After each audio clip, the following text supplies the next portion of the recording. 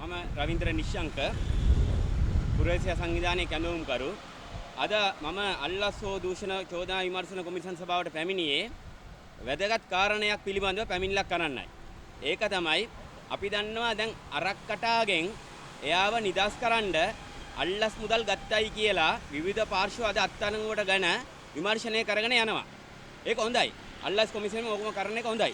නමුත් මෙතන තව ප්‍රධාන තුන් දෙනෙක් ඉන්නවා. ඒ කියන්නේ නීතිඥ තිස්ස වේරගොඩ, පුලස්ති රූපසිංහ, සංජය ආරිදාස.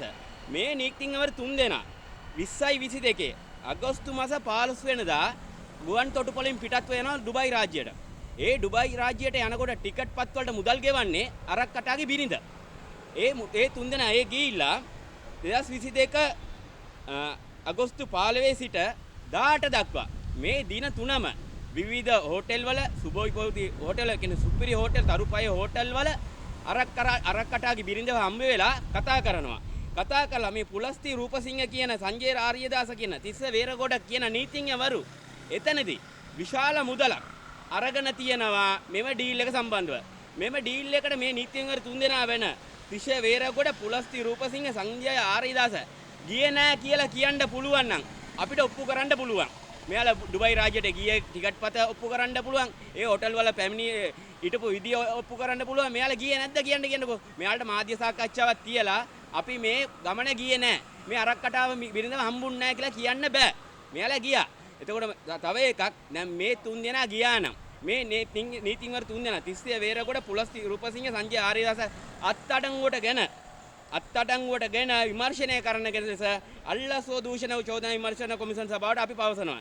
හේතුව මෙයාලා මේ විශාල මුදලක් අරගෙන තියෙන්නේ ලංකාවේ විවිධ චෝදනා වලට, විවිධ වැරදි වලට සම්බන්ධ අරක් කටා කියන පුද්ගලයාගේ බිරිඳගෙන්. හරිද? ඒ හින්දා තමයි අපි කියන්නේ දැන් ඔයාලා මේ කරගෙන යන විමර්ශනය තවත් පැහැදිලි වෙනවා.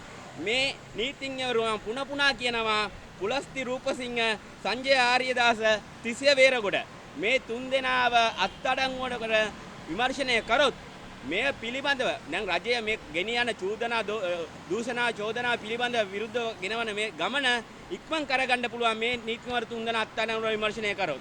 හේතුව මෙයාලා මේකට කෙලින්ම සම්බන්ධයි. මෙයාලා හිටපු හෝටල් වල මුදල් ගෙවුවේ අරක් කටාගේ බිරිඳ, මෙයාලගේ ටිකට් යන ටිකටට මුදල් ගෙවුවේ අරක් කටාගේ බිරිඳ, එන ටිකටත් මුදල් ගෙවුවේ අරක් කටාගේ බිරිඳ. ඒ හින්දා මේ තුන් දෙනා කියලා මොනවාද එතන රැස්වීම වලින් සාකච්ඡා කරේ, මොනවාද කිව්වේ, කාටද අල්ලස් වලට මුදල් ඉල්ලුවේ, මුදල් කොච්චරද ගත්තේ, ඒ ඔක්කොම දැනගන්න පුළුවන් මේ නීතිඥවරු තුනා අත්අඩංගුවට විමර්ශනය කරන්න. බොහොම ස්තුතියි.